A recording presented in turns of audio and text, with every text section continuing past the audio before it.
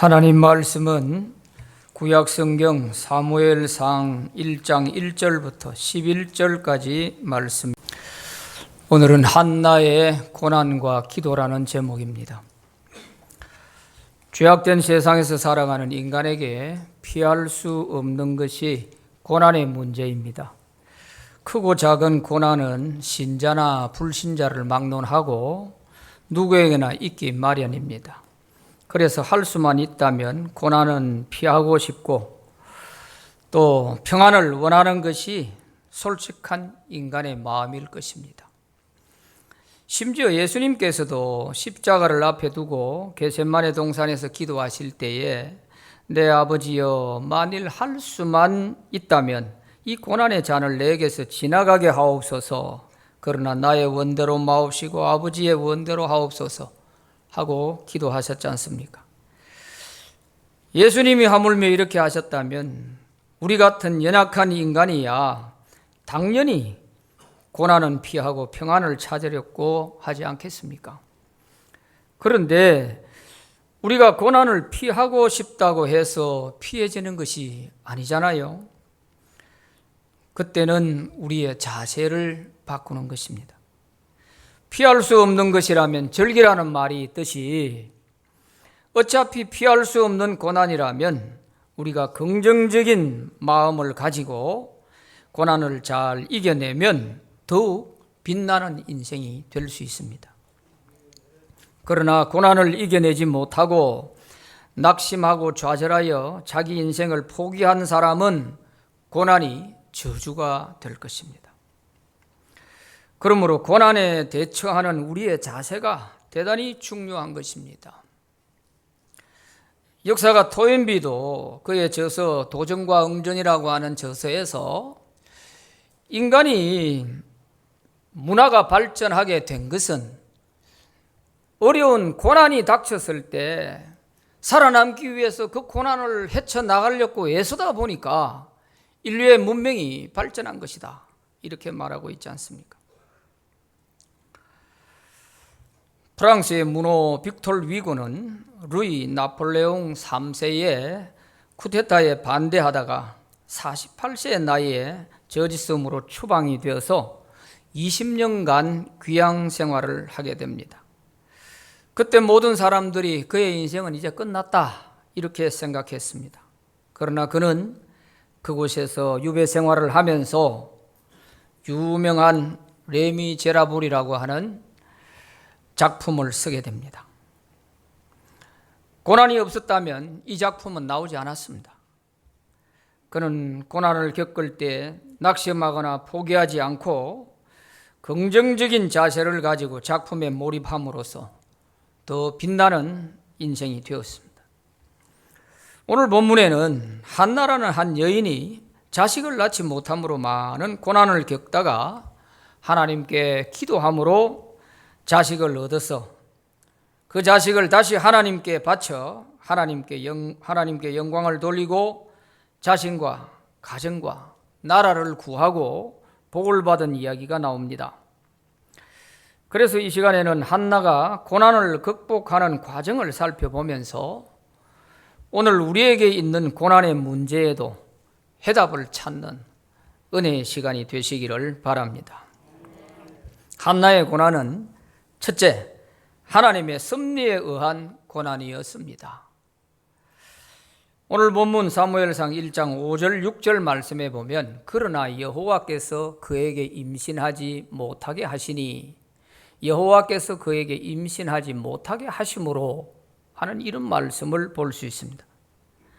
한나가 자식을 낳지 못하여 고난을 겪게 된 것은 한나에게 문제가 있는 것이 아니라 하나님이 한나에게 임신하지 못하게 하셨다는 것입니다. 이 고난의 원인이 한나에게 있는 것이 아니고 하나님께 그 고난의 원인이 있는 것입니다. 이것을 하나님의 섭리에 의한 고난이라고 하는 것입니다. 하나님께 그 원인이 있으니 인간이 몸부림친다고 노력한다고 되겠습니까? 무슨 방법을 해도 이 고난을 해결할 수 있는 길은 열쇠를 하나님이 쥐고 있는 거예요. 이렇게 하나님의 섭리에 의한 고난이 닥쳤을 때 우리가 어떤 자세를 가지고 이 고난을 헤쳐나가야 되느냐 하는 것이 오늘 말씀이 주는 핵심인 것입니다. 좀 어려운 얘기는 합니다만 하나님의 섭리가 뭐냐? 하나님의 섭리란 하나님이 창조하신 만물을 계획하신 그 목적에 따라 보존하시고 피조물의 활동 배후에서 이를 가능하도록 협력하시며 통치하시는 모든 과정을 말합니다. 좀 어려운 얘기인데 하나님이 창조하신 모든 만물을 그 목적에 따라 보존하고 협력하고 통치하는 모든 과정을 말한다는 거예요. 즉 다시 말하면 어떤 일이 하나님의 계획하신 그 목적대로 되어가지 않을 때 그 배후에서 하나님이 간섭하셔서 하나님의 목적대로 이루어지도록 하시는 모든 과정을 하나님의 섭리라고 한다는 것입니다. 그래서 때로는 자연의 원리나 인간의 의지로 안 되는 일에 대해서는 하나님이 초자연적인 법을 통해서 기적을 통해서도 그 일을 하나님의 목적대로 되어가게 하신다는 거예요. 한나의 고난이 하나님의 섭리에 의한 고난이라는 것을 알기 위해서는 당시 이스라엘 나라의 형편을 우리가 좀 알아야 이해가 됩니다. 한나가 살던 시대는 사사시대 말기였습니다. 사사시대 말기에 이스라엘 백성들의 상황을 한마디로 잘 보여주는 말씀이 있습니다. 사사기 제일 마지막 장 마지막 절에 21장 25절에 이렇게 기록되어 있습니다.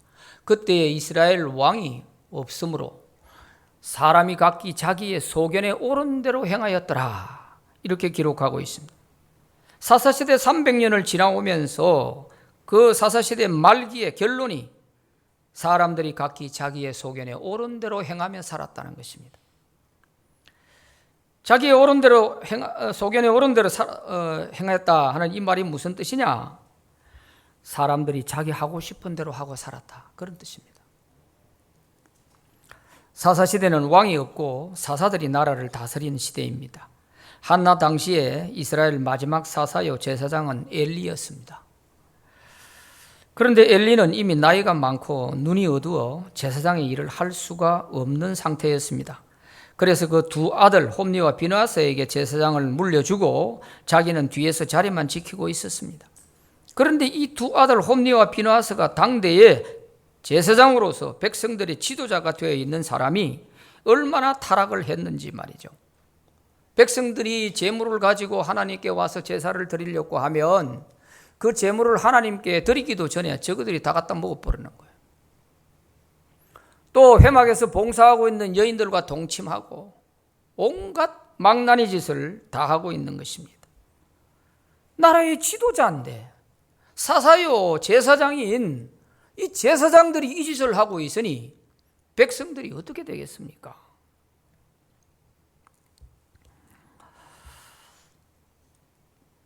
그러니까 백성들이 자기 마음대로 하고 싶은 대로 하고 살아가는 거예요. 한나의 남편 엘가나는 레위 지파 고앗의 가문에 속한 자로서 하나님께 찬양을 하는 찬양대원입니다. 레위인이라는 것은 하나님께 완전히 바쳐져서 하나님을 섬기는 자들이에요. 그렇다면 이 레위인은 그래도 다른 일반 백성들과는 좀 달라야 되는 거죠. 그런데 이 엘가나의 남편이 이 레위 지파에 하나님께 찬양을 하는 이런 사람, 오늘 1절 말씀해 보면은 엘가나의 가문에 대해서 소개를 하고 있습니다만은 오늘 이 1절만 읽어가지고는 이게 무엇을 의미하는지 잘 알기가 어렵습니다. 그래서 역대상 6장 31절 33절에 가면은 거기에 자세히 나와 있어요. 이 엘가나가 대단한 가문인 거예요. 대단한 신앙의 집안인 거예요. 레위 지파 그것도 고앗의 가문에 속한 자로서 하나님의 성전에서 찬양을 맡은 자들이에요. 이런 가문의 엘가나가 2절에 보면은 첩을 얻어서 아내를 둘이를 두고 있다는 거예요. 말이 안 되는 얘기잖아요. 그래서 그 본부인은 한나요, 첩은 번인나인데 첩은 자식이 있고 한나는 자식이 없었더라 이렇게 기록하고 있습니다. 그러니 지도자가 타락하고 옳은 지도자가 없으니 백성들도 타락해서 레위인이 첩을 두고 살아도 조금도 이상하지 않는 이런 시대가 사사시대 말기요 한나가 살던 시대의 모습인 것입니다.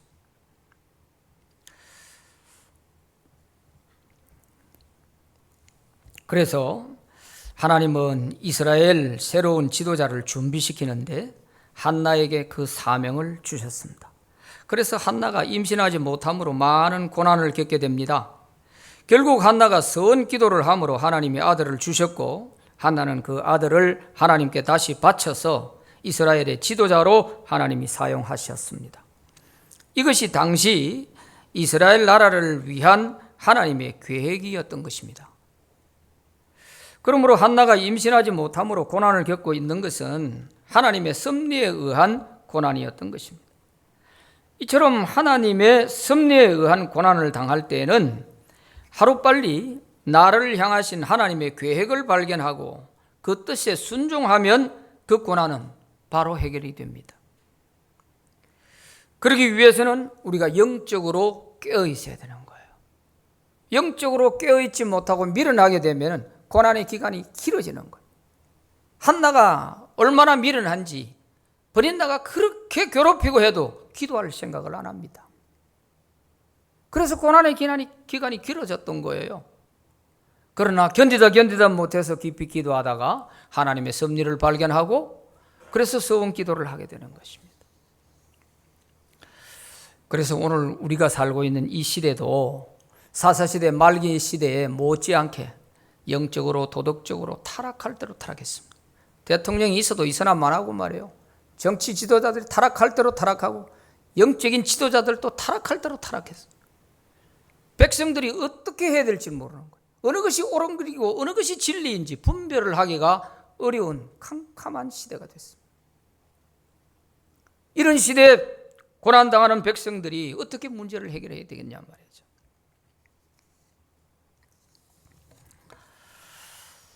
두 번째, 한나는 핍박을 받을수록 더 큰 사랑을 받았습니다. 이상한 일이 일어난 것입니다. 오늘 본문 7절 8절 말씀에 보면 매년 한나가 여호와의 집에 올라갈 때마다 남편이 그같이 하매 버닌나가 그를 격분시키므로 그가 울고 먹지 아니하니 그의 남편 엘가나가 그에게 이르되 한나여 어찌하여 울며 어찌하여 먹지 아니하며 그대의 마음이 슬프냐 내가 그대에게 10 아들보다 낫지 아니하냐 하니라 하는 이런 말씀을 볼 수 있습니다. 한나가 버린나에게 괴롭힘을 당할수록 남편 엘가나는 한나를 더욱더 사랑해 줍니다.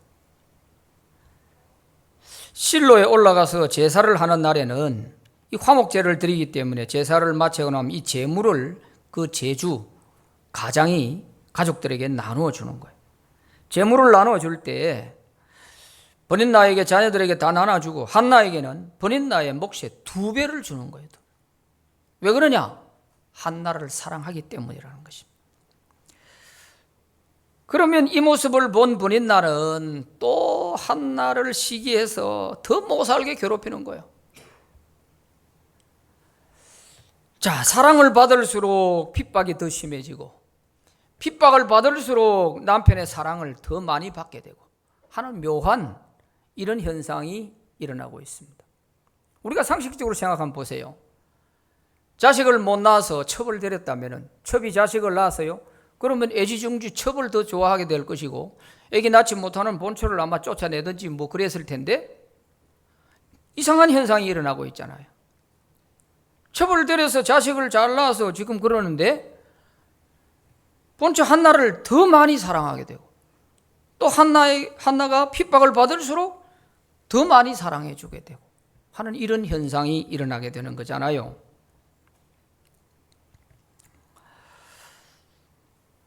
버닌나가 얼마나 한나를 괴롭혔는지 오늘 본문 6절에 보면은 심히 격분하게 하여 괴롭게 하더라. 7절에도 그를 격분시킴으로 그가 울고 있었다. 격분시켰다. 이 격분이라는 말은 히브리어의 카스라고 하는 말인데요. 그 뜻이 괴롭힌다, 약 올린다, 화나게 한다 그런 뜻이에요. 그러니까 이 버린다가 옆구리에 가시처럼 붙어가지고 얼마나 아주 깐족깐족 약을 올리고 화를 나게 하는지 뚜껑이 열릴 정도인 거죠. 한나가 이런 괴롭힘을 늘 당하는 겁니다. 그래서 한나가 격분하고 울고 있으면 남편이 또 다가와서 뭘 그리 슬퍼하시오. 내가 그대에게 10아들보다 낫지 않소. 내가 있는데 뭘 그렇게 그 버린다 소리 듣고 그렇게 속상해하요 하면서 또 따독여 주고 위로해 주는 거예요. 한나는 이 남편의 사랑과 위로에 그저 힘을 얻어서 견뎌나가고 있는 것이죠. 이러한 현상은 바로 한나의 고난의 원인이 하나님께 있기 때문입니다.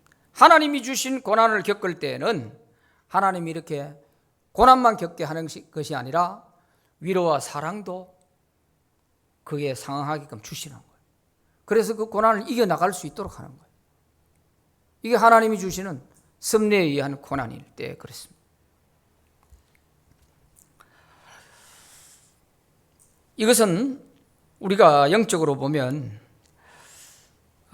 우리가 주님 때문에 세상으로부터 핍박을 받을수록 주님이 우리를 더욱 사랑해 주시는 그런 원리와 같습니다. 그래서 우리가 하나님 말씀대로 살지 않고 세상 사람인지 믿는 사람인지 구분이 안 될 정도로 살면 우리가 세상에 나가서 무슨 짓을 해도 욕먹을 이유가 없습니다. 핍박받을 이유가 없어요. 그러나 우리가 하나님 말씀대로 좀 살려고 하고 내가 무언가 하나님 말씀대로 믿는 사람답게 좀 살려고 하면 그때부터 핍박이 오고 세상 사람들로부터 따가운 시선을 받게 됩니다. 그러면 우리가 세상으로부터 핍박을 받을수록 주님은 우리를 더 품에 안아주십니다. 그래서 우리가 세상을 넉넉히 이길 수 있도록 주님이 우리에게 위로와 사랑을 주시는 거예요. 내가 핍박당할 때에 주의 품에 안기고 세상 고초 당할수록 많은 위로 받겠네. 이 찬양처럼 우리가 주님 말씀대로 살기 위해서 세상으로부터 고초를 당하고 핍박을 당하면 당할수록 주님은 우리를 더 사랑해 주시죠. 주님의 사랑이 더 풍성하게 나타나요. 한나가 하나님의 일을 위해 쓰임받기 위해서 고난을 겪고 있지만 남편의 더 큰 사랑을 받음으로써 고난을 이길 수 있도록 하나님이 도와주십니다. 이처럼 하나님에 의한 고난에는 핍박을 받을수록 더 많은 사랑과 위로도 받게 되는 것을 보면서 이것이 바로 하나님의 섭리에 의한 고난을 당할 때 나타나는 묘한 그런 현상인 거예요. 우리의 실수로나 우리의 죄로 말미암아 고난당할 때는 이런 것이 없어요. 그래서 우리가 고난당할 때 이유를 모르겠고 도대체 내가 왜 이런 고난을 당해야 되는지를 모르는 그런 가운데 있을 때는 잘 기억하시고 더듬어 보면 고난만 당하는 것이 아니라 한쪽 편에서는 위로와 사랑도 많이 주시는구나. 이게 느껴지면 이 고난은 하나님의 섭리에 의한 고난일 수가 있습니다. 세 번째, 기도함으로 한나의 고난은 도리어 복이 되었습니다.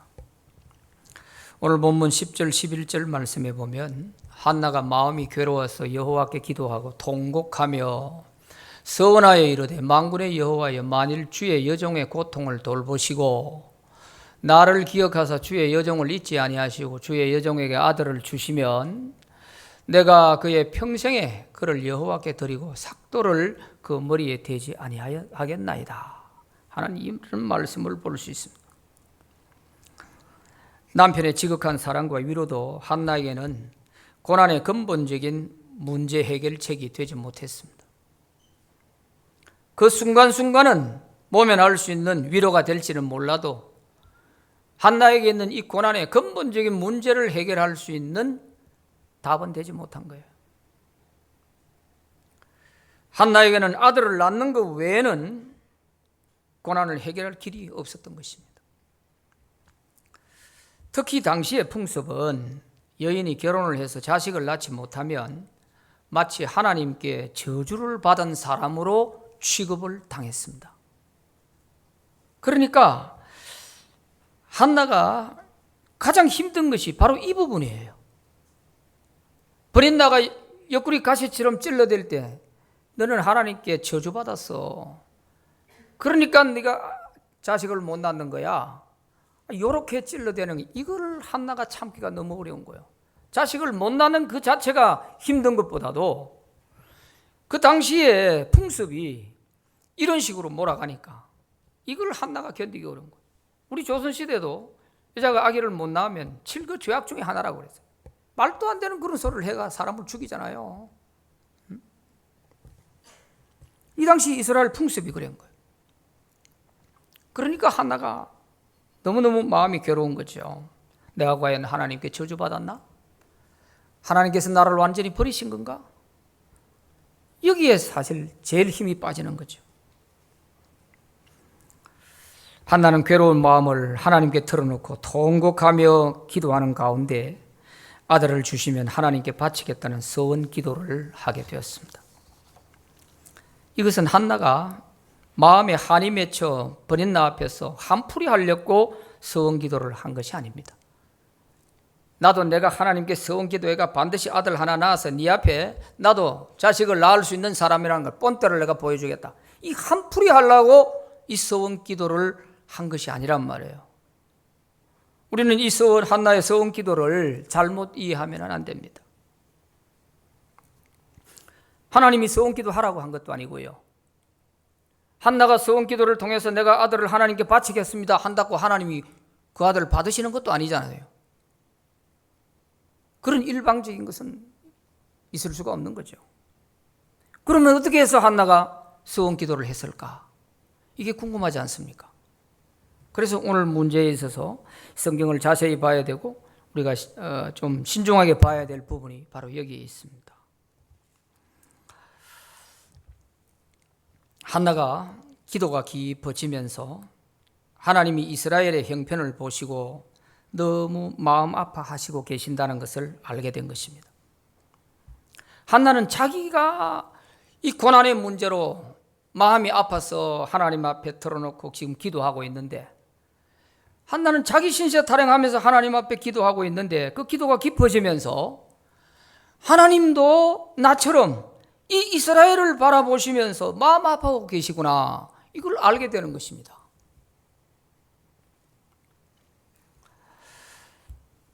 하나님은 이스라엘을 당시에 바라보시고 장차 이 이스라엘을 위해 지도자로 사용할 사람을 찾고 계신다는 것을 한나가 알게 되는 것입니다. 그래서 한나가 서원 기도를 하게 됩니다. 12절에 보면 그가 여호와 앞에 오래 기도하는 동안에, 이런 말을 볼 수 있어요. 한나가 오랫동안 하나님께 지금 기도하고 있어요. 그런가 하면 15절에 가서 보면 끝부분에 여호와 앞에 내 심정을 통한 것이다, 그런 말을 볼 수 있어요. 한나가 하나님께 기도할 때에 하나님께 심정을 통했다. 심정을 통했다.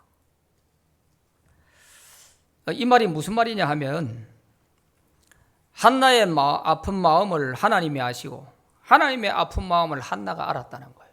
심정이 통했다는 거예요. 심정이 통했어. 네 마음 내가 알고 내 마음 네가 안다, 그런 뜻입니다. 이 뜻이. 한나는 깊은 기도의 경지에 들어가서 하나님과 심정을 통할 때에 하나님의 그 아픈 마음을 한나가 알게 된 거예요. 이 장면을 좀 더 이해하기 쉽게 설명을 하면 이렇습니다. 한나가 하나님께 기도합니다. 하나님, 저는 자식을 낳지 못해 마음이 너무 아파요. 정말 하나님이 저를 버리신 것입니까? 저에게 저주를 내리신 것입니까? 하면서 통곡을 하고 기도하는 것입니다. 그때 하나님께서 한나야, 너 마음 많이 아프지? 나도 이 이스라엘을 내려다볼 때 마음이 너무 아프다. 너처럼 나도 너무 마음이 아프다. 그래서 장차 이스라엘을 위해 지도자를 준비해야 하겠는데, 내가 누구에게 아들을 주면 그 아들을 내게 다시 바쳐서 이 이스라엘을 바로 다스리게 할 수 있을까? 이때 한나가, 그러면 제게 아들을 주세요. 그러면 제가 그 아들을 하나님께 바쳐서 하나님의 일을 하도록 하겠습니다. 이래서 한나가 서원 기도를 하게 되는 거예요.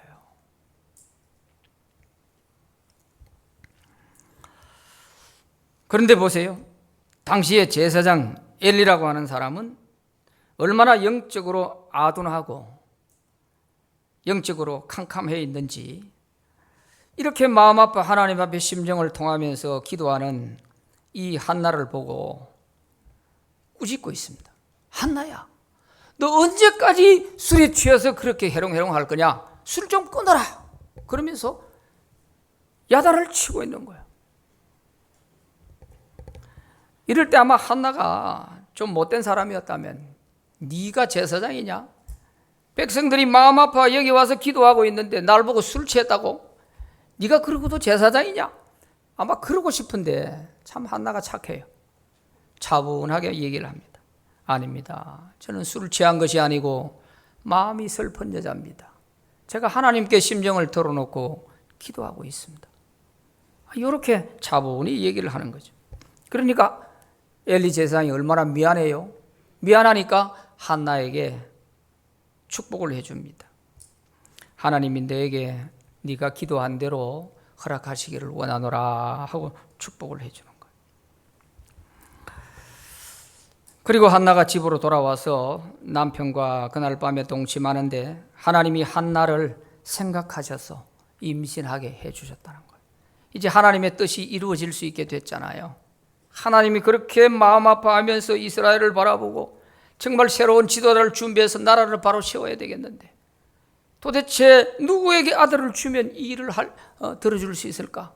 찾고 있는 중에 한나가 거기에 응답했지 않습니까? 그러니까 하나님이 한나를 생각해 주시는 거예요. 19절 20절 말씀에 보면, 그들이 아침에 일찍 일어나 여호와 앞에 경배하고 돌아가 라마에 자기 집에 이르니라. 엘가나가 그의 아내 한나와 동침하며 여호와께서 그를 생각하시는지라.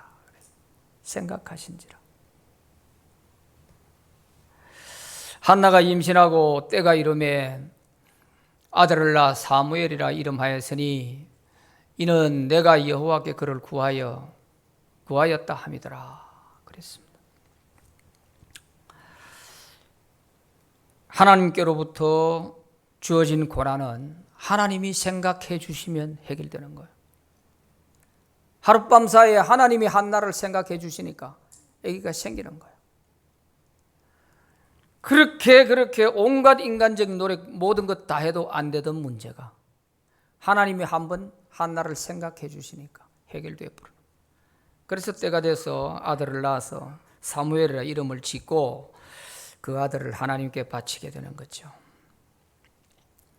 사무엘이 젖을 뗄 때 한나는 실로 회막으로 올라가서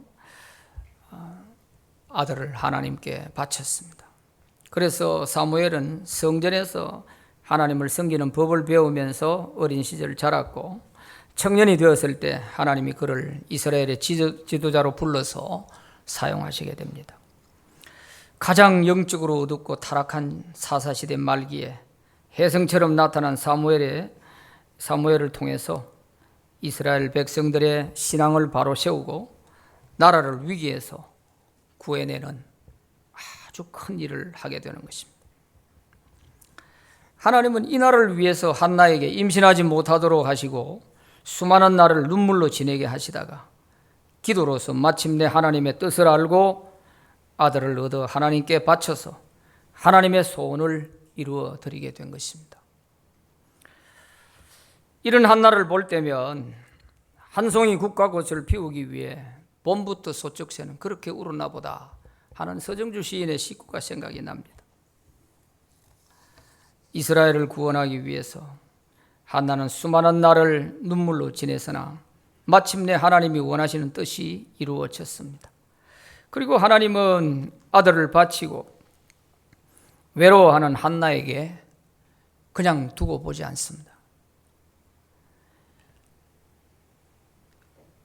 실로 제사를 드리러 올 때마다 아들의 옷을 지어서 가져와서 아들에게 입혀주고 또 헤어질 때는 얼마나 마음 아팠겠어요. 이런 한나의 모습을 보고 하나님께서 그 한나에게 아들 셋, 딸 둘을 더 낳게 해주십니다. 사무엘상 2장 21절 말씀에 여호와께서 한나를 돌보시사 그로 하여금 임신하여 세 아들과 두 딸을 낳게 하셨고 그랬어요. 아이 사무엘은 여호와 앞에서 자라니라. 사무엘은 사무엘대로 하나님께 바쳐서 하나님이 잘 사용하시고 나라를 바로 세워나가는 일에 크게 쓰임받게 하시고 또 가정에는 가정의대로 아들 셋, 딸 둘을 더 주셔서 다복하고 복된 가정을 이룰 수 있도록 만들어 주시는 거예요. 그래서 한나에게는 고난이 도리어 복이 되어 나라도 구하고 화목한 가정도 얻게 된 것입니다. 그러므로 하나님의 섭리로 인한 고난에는 하나님의 마음을 헤아리는 깊은 기도가 해답입니다. 한나의 고난이 길어진 것은 남편의 그 사랑만 믿고 좀 더 일찍 기도하지 않았기 때문인 거예요. 남편이 따뜻하게 주면 막 그 순간 또 넘어가고 이렇게 시간만 보내는 거예요. 이 몇 년이 된지는 모르겠어요. 왜 그렇게 수년을 눈물로 세월을 보내냔 말이에요. 이거는 인간이 해결할 수 없는 문제다 생각이 되면 하나님께 기도로 단판을 지어야 되겠구나. 빨리 결정을 하고 했더라면 고난의 기간이 짧아졌을 거 아닙니까? 워낙에 기도를 안 하니까 하나님이 옆구리에 가시처럼 버린 나를 딱 붙여놓고 그렇게 괴롭혀도 기도해야겠다는 생각을 못하는 거예요. 이 한나가 참 답답한 거예요. 그래 이제 견디다 못 견딜만 하니까 이제 기도로서 결판 내자 하고 기도하게 되는 것입니다. 여러분, 우리에게 어떤 고난의 문제가 있으면 이게 사람의 힘으로 해결할 수 없는 것이다 생각이 되면 빨리 접고 이거는 하나님과 기도로서 결판 내야 될 문제다. 이렇게 생각하고 기도에 들어가야 돼요.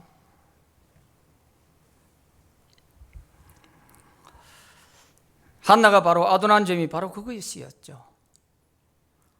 남편의 그 임시적인 위로와 사랑 때문에 또 붙잡히고 세월만 보내는 거예요.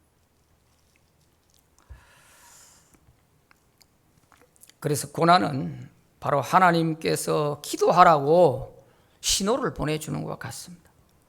버린 나를 통해서 그렇게 괴롭힘을 줄 때마다 기도해라 하는 것인데 한나는 그것을 깨닫지 못하고 그저 격분하고 울고 남편에게 마치 투정을 부리듯이 그것으로 세월을 보내고 있는 거죠.